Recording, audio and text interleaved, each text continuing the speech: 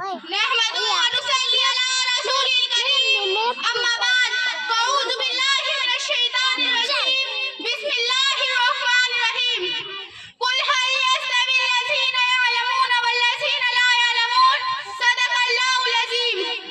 ہاتھ کرتے رہے پر مشالے تابندہ رہی، ہاتھ کرتے رہے پر مشالے تابندہ رہی، رسم جو تم سے چلی باعث تقلید بنی، شب کے صفا خدا کو خبر ہو کہ نہ ہو، شب کے صفا خدا کو خبر ہو کہ نہ ہو، جو کن قتل ہوئی شعلہ خورشید بنی. اے باب جی قدر، مدارس کی تاریخ کا آغاز اسی دن ہو گیا تھا جس دن رب کائنات نے وعلم آدم الاسماء کلها کے ساتھ سب سے پہلے مدرسے کا آغاز عرص معلّہ پر کیا. پھر انسان زمین پر آیا تو مدرسہ ساتھ لے کر آیا، وقت گزرتا گیا، درس مدرسہ قائم رہا، حتیٰ کہ وادی مکہ میں قصر نبوت کی تکمیل کا وقت آ گیا، مدرسہ عروج پر پہنچ گیا، کائنات کے سردار کو سب سے پہلا سبق غار حرا میں پڑھایا گیا. اب باہر تشریف لائے تو انما بعثت معلما کا اعلان عام فرما دیا.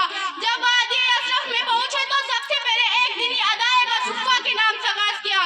صحابہ کا وہ مبارک دور آ گیا جسے مدرسے کا سنہری دور کہا جاتا تھا. ہر طرف مدارس قائم رہے، کئی جامعہ عبداللہ بن مسعود، کئی جامعہ عبداللہ بن عباس، کئی جامعہ عبید بن کعب، کئی جامعہ زید بن ثابت، کئی جامعہ اشد البلد والبنات اور کئی جامعہ عبداللہ بن جس کا سلیبس اور نصاب یہی تھا. جمیع علمی بالقرآن لیکن تقصر عنہ اصحاب رجال.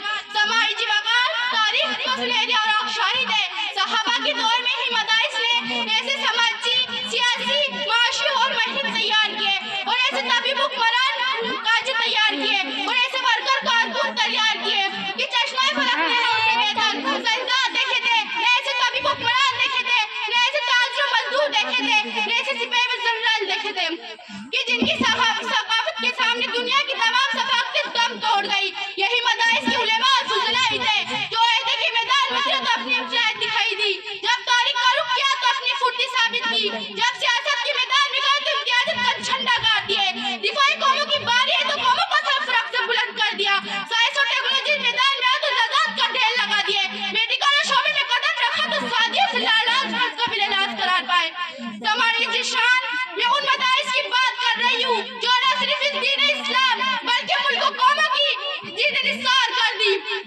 اس خطے کا بچہ جانتا ہے کہ جیلوں میں سڑنے والے، زندانوں کو آباد کرنے والے، جیلوں میں جنازے اٹھوانے والے، مالٹا جیسے بدنام جیلوں میں سزائیں کاٹنے والے انہی مدارس کے علماء اور فضلاء ہی تھے.